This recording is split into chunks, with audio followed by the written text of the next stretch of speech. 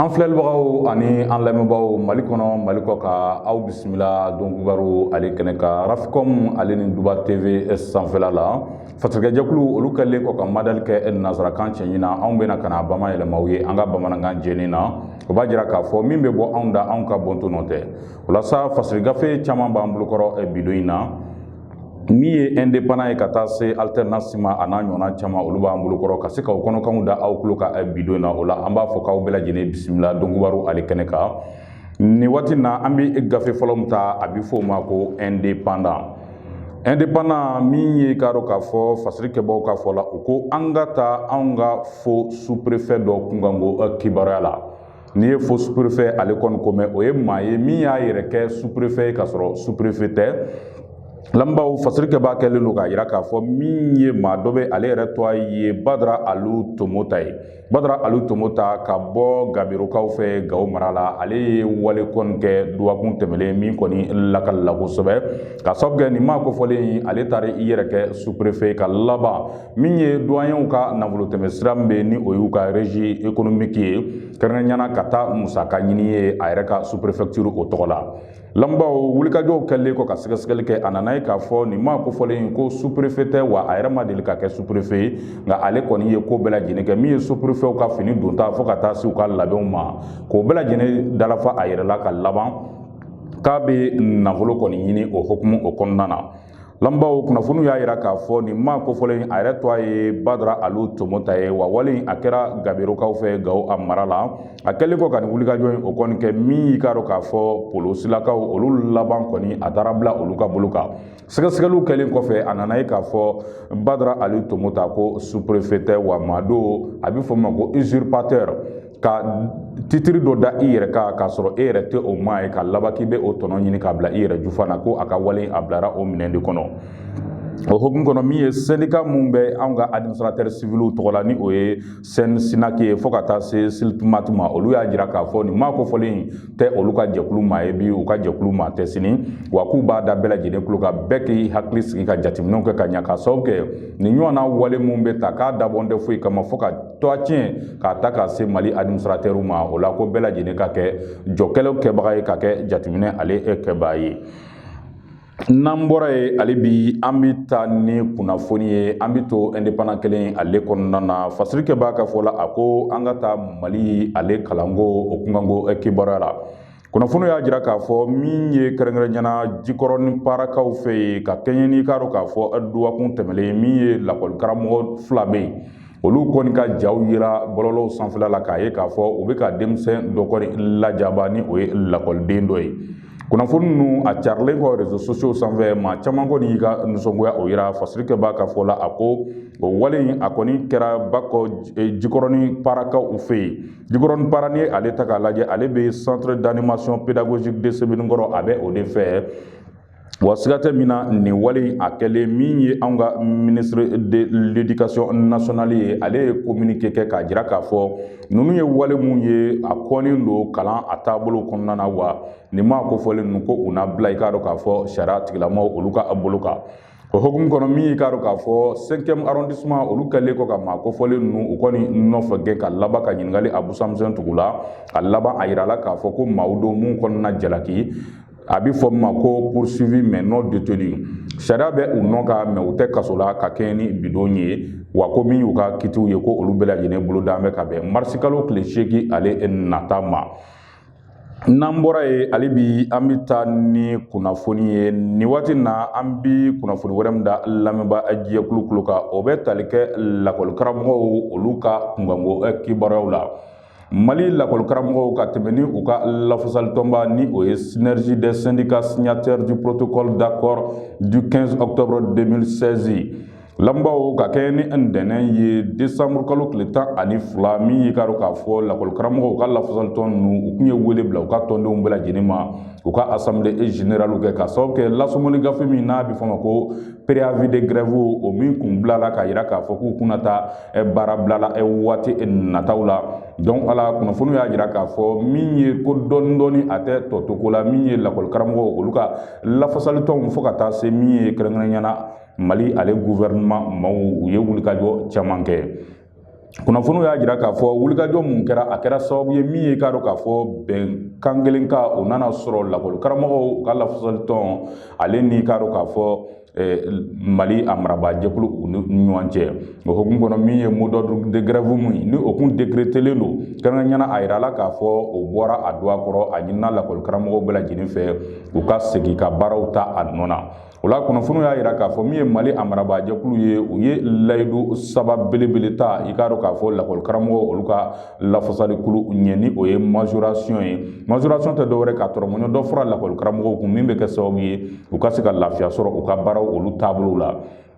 O bɛɛ lajɛlen kɔfɛ a bɛ fɔ ma ko prime spéciale o fɛnɛ o kumaɲɔgɔnw olu na kɛ ka laban k'o fɛnɛ dɛmɛw ta k'o ɲɛsin lakɔli karamɔgɔw ma fo ka taa se ka gafo kɛrɛnkɛrɛnnen sigi sen kan min bɛ kɛ sababu ye don nataw la lakɔli karamɔgɔw u ka lafiyadaw bɛ se ka kɛ gafe mun kɔnɔ ni baara na kɛ ni o ye don nataw la. Lamɛnbaaw n'an bɔra ye hali bi an bɛ taa ni kunnafoni ye min ye kɛrɛnkɛrɛnnenya na ko an ka taa kajolokaw fɛ yen. Kajolokaw fɛ min ye syndicat min bɛ kajolokaw fɛ u kɛlen bɛ ka wele bila Mali ale marabaa jɛkulu ma nin waati na ka tɛmɛ ni an ka ministre de l'éducation ye k'a sababu kɛ min ye kajolokaw olu yɔrɔ. Centre pédagogique min bɛ kajolo ale tɔgɔ la a directeur k'a ye wulikajɔ kɛ nin waati laban na walasa ka se ka i k'a dɔn k'a fɔ lakɔli karamɔgɔ dɔw olu mite ka taa yɔrɔ wɛrɛw la yalima ka dɔw yɛrɛ fɛnɛ ka olu jɔyɔrɔ fara olu ka jɔyɔrɔ kɔrɔlenw kan.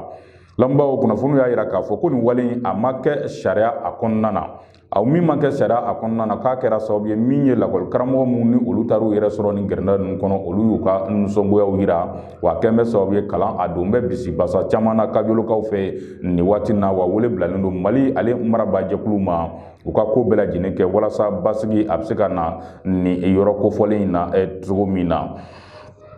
N'an bɔra ye lamɛnbaaw an bɛ taa Misirakaw fɛ kunnafoni y'a jira k'a fɔ min ye butigi feerela dɔ bɛ yen ko jɔn Ala sigida maaw kɔni wulila dimanche don k'a sɔrɔ ale kɔni a bɔnɛlen don a nin na.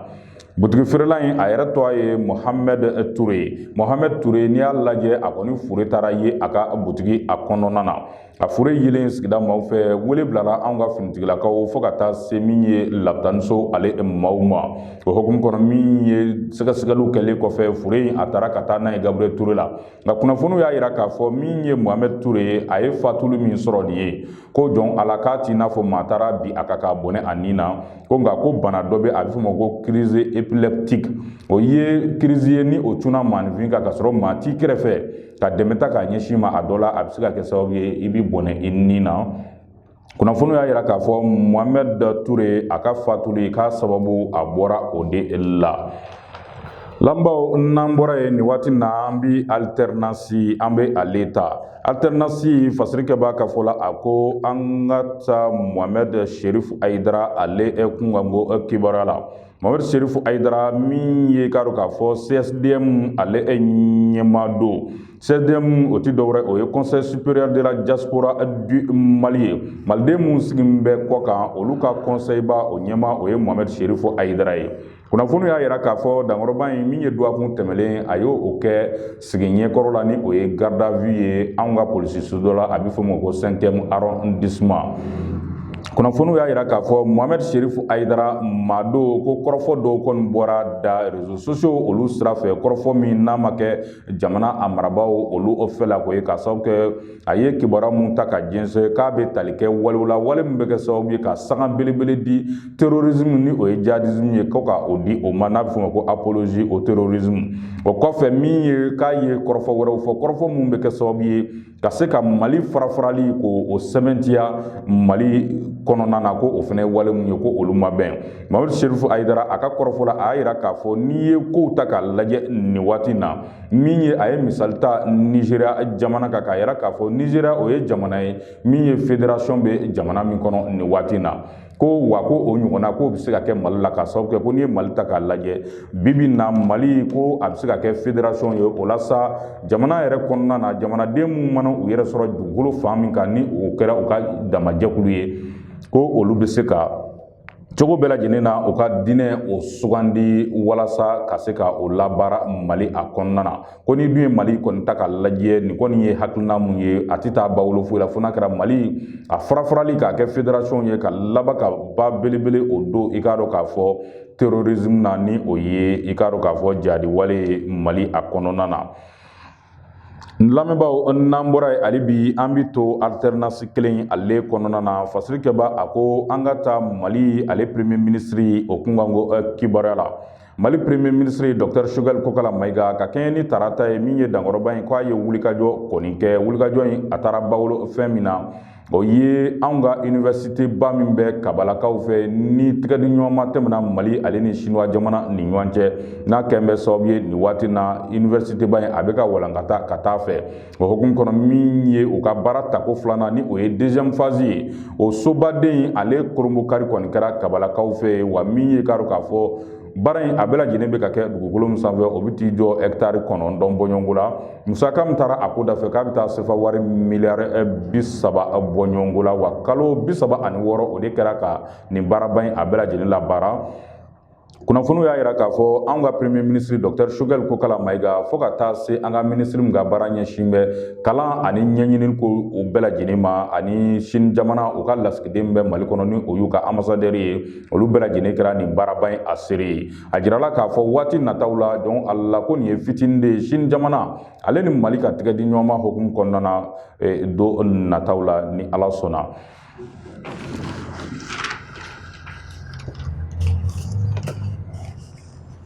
Lambaw n'an bɔra yen sa nin waati na an bɛ taa Mali ale jamanakuntigi kɔrɔ président Ibrahim Boubacar Keita ale denkɛ Karim Keita kun kan ko kibaruya la n'i ye Karim Keita ale kɔni ko mɛn maa dɔ min kɔni a ka kow ma dogo Mali kɔnɔ waati tɛmɛnenw na k'a sababu kɛ jamanakuntigi kɔrɔ président Ibrahim Boubacar Keita ale denkɛ don wa a kun ye président de la commission défense ye anw ka wasabulon tɛmɛlen na. Karim Keita n'i y'a lajɛ nin waati na l'Amérique jamana olu kɛn bɛ ka wulikajɔ a boloda a nɔfɛ a n'a ɲɔgɔnna maa 40 bɔɲɔgɔnko diɲɛ fantan 4 kɔnɔna na.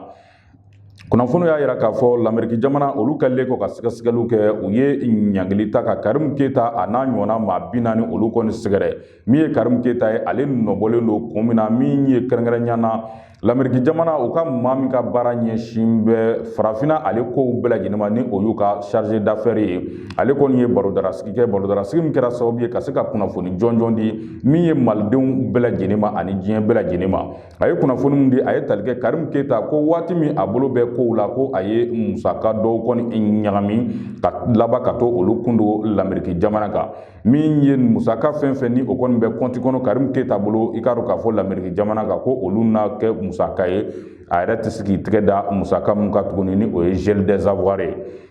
o kɔfɛ Karim Keita a balilen don a sen kana tun i k'a dɔn k'a fɔ Amérique jamana kan tuguni n'o tɛ ko a laban tɛgɛ kɔni o na da kan a nɔbɔlen don tuguni k'a yira k'a fɔ an cakɛɲɔgɔn min bɛ yen ni o ye Birama Touré ye Birama Touré ale kun ye le suffix ale baarakɛla ye wa a tununa maa caman yɛrɛ ka fɔcogo la ko a bɔnɛna a nin na o Birama Touré a fɛnɛ ka dabolow bɛɛ lajɛlen na a yirala k'a fɔ Karim Keita a tɔ min bɛ o ko la ko o ye walew ye min bɛ dankari bunadamadenya ale hakɛ la n'a bɛ fɔ o ma ko droit de l'homme o hukumu kɔnɔ a jirala k'a fɔ min ye Karim Keita nin waati in kɔnɔna sɔrɔ fɛn fɛn kɔni b'a la n'a kɛn bɛ ka taa olu lamara l'Amérique jamana kan ko o sɔrɔ ninnu a tɛgɛ tɛna se ka da olu ka tuguni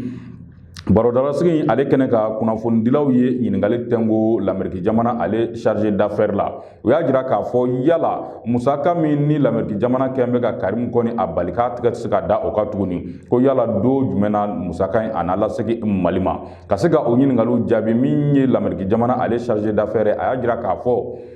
o ye wale mun ye ko kɛcogo wɛrɛw de b'olu la ko wa ko Mali marabaaw olu fana kan ka wulikajɔ dɔw de kɛ walasa a kow bɛɛ lajɛlen bɛ se ka sigi sen kan cogo min na pour que don nataw la musaka ninnu a ka se ka lasegin Mali ma lamɛnbaaw.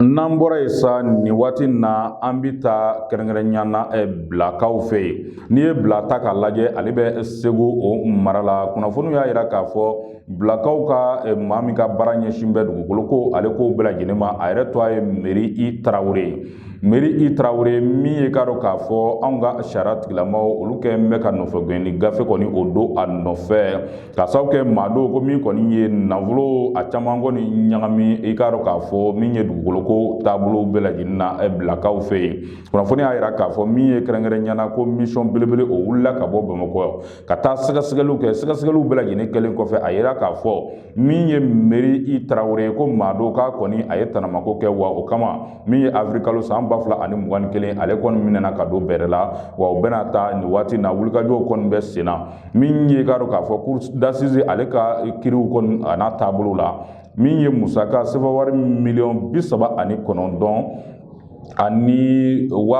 180 ani dɔɔni o ye musakaw ye min kɔni yira i k'a dɔn k'a fɔ Meri I Tarawele ale nɔna min ye bilakaw ka section domaniale ale baarakɛba kun don. Lambaw n'an bɔra ye sa nin waati na an bɛ kunnafoni wɛrɛ min da lamba jɛkulu kulo kan o ye ka tali kɛ anw yɛrɛ cakɛɲɔgɔn min ye Nuhu Togo ye. Nuhu Togo n'i y'a lajɛ maa dɔw min kɔni kɛrɛnkɛrɛnɲana ale kɔni kun minɛna ka don bɛrɛ la ka sababu kɛ ko fɔɲɔgɔnkɔ o tɛmɛna ani an ka opérateur économique dɔ ni ɲɔgɔn cɛ ni o to a ye Mamala ye. Nuhu Togo i k'a dɔn k'a fɔ a ye tile damadɔ o kɔni kɛ kaso la nka kibaruya y'a jira k'a fɔ min ye kunungo ye a ye kanabila sɔrɔ waatilatɛmɛ kanabila don a bɛ fɔ ma ko liberté provisoire wa min y'a ka kiti o n'a boloda waati nataw la ni Ala sɔnna. O la kibaruya y'a jira k'a fɔ Nuhu Togo nin waati in kɔni na a bɛ a ka denbaya la an bɛ dugawu don kɛ Ala ka jisuma kɛ nin ko in bɛɛ lajɛlen fura ye. Lambaw n'an bɔra ye an bɛ kibaruya wɛrɛ min da lamba jɛkulu kulo kan o bɛ tali kɛ Lamɛriki jamana ale kɛn bɛ ka ɲɔgɔn bɛnba min boloda min ye Lamɛriki jamana ale ni farafinna jamanaw ni ɲɔgɔn cɛ. O ɲɔgɔn bɛnba ye ni o ye sommet Afrique États-Unis kɛrɛnkɛrɛnɲana min y'i k'a dɔn k'a fɔ farafinna jamana damadɔw bɛ yen olu kɔni ma wele wale a kɛnɛ kan Mali bɛ o la Burkina Faso bɛ o la fo ka taa se min ye Laginɛ jamana o ma. Kunnafoniw y'a yira k'a fɔ tiɲɛ don min y'i k'a dɔn k'a fɔ Mali Burkina Faso ale ni Laginɛ olu bɛɛ lajɛlen ye jamanaw ye fanga d'Afrique kɛra jamana mun kan o de kɛra misali ye walasa olu kana se ka wele kɛnɛ in kan. A kunnafoniw kɛlen don k'a yira k'a fɔ min ye Tchad jamana ye. Tchad jamana kɛrɛnkɛrɛnɲana fanga d'Afrique a fɛnɛ kɛra k'a sababu kɛ min ye Idriss Déby ale denkɛ o de bolo bɛ Tchad la nin waati na ni o ye Tchad a ɲɛmaaya ye wa ko n'i y'a lajɛ Tchad ale welelen don ɲɔgɔn bɛn a kɛnɛ kan. Kunnafoni dibaw kɔni caman ye ɲininkali to min kɛ ko yala maa lawoloma don wa yalima mun kelen pe don ko n'o tɛ n'a fɔra ko fanga d'Afrique baw olu kɔni ka jamanaw welen tɛ ɲɔgɔn bɛn a kɛnɛ kan ko a dɔ la kɔni ko Tchad jamana ale fɛnɛ kun man kan ka wele cogoya si la. N'an bɔra ye hali bi an bɛ kunnafoni wɛrɛ min da lamɛnbaa jɛkulu kulo kan o bɛ tali kɛ Dr Umar Mariko ale kunkanko kibaruya la. Dr Umar Mariko waati tɛmɛnlenw na Mali a marabaa jɛkulu ka tɛmɛ ni an ka kiribulon ye o kun ye Umar Mariko ale nɔbɔ ka sababu kɛ ko a ye kɔrɔfɔ min bɛ tali kɛ ka se ka lagosi a lase Mali ma diɲɛma yɔrɔ. Lambaw o wulikajɔ a bɛ boloda Umar Mariko ale nɔfɛ waati min o y'a sɔrɔ min ye plainte dɔ kun b'a kan min bɔra anw ka premier ministre Dr Choguel Kokala yɔrɔ ka sababu kɛ ko min ye bɔlɔlɔ a sira fɛ kɔrɔfɔ dɔw bɔra da min ye nɛni walew ye a kɛlen kɔ ka tile damadɔ kɛ kaso la ka laban ka liberté provisoire sɔrɔ sani o kiti cɛ min ye Dr Umar Mariko ye k'a taara laseli wɛrɛw kɛ laseli mun ye tali kɛ min ye sɔrdasiw ye wulikajɔba min kɛ murakaw fɛ ka se ka taa min ye jadiwale kɛbaaw k'u ka sokɔnɔ minɛ kɛ kɛnɛma minɛ o senfɛ Dr Umar Mariko k'a tun y'a yira k'a fɔ ko o wale mun kɛra ko anw ka sɔrdasiw k'u taara i k'a dɔn k'a fɔ min ye kɛrɛnkɛrɛnɲana civiliw olu de faga ko n'o tɛ k'u ma jihadisiw u faga.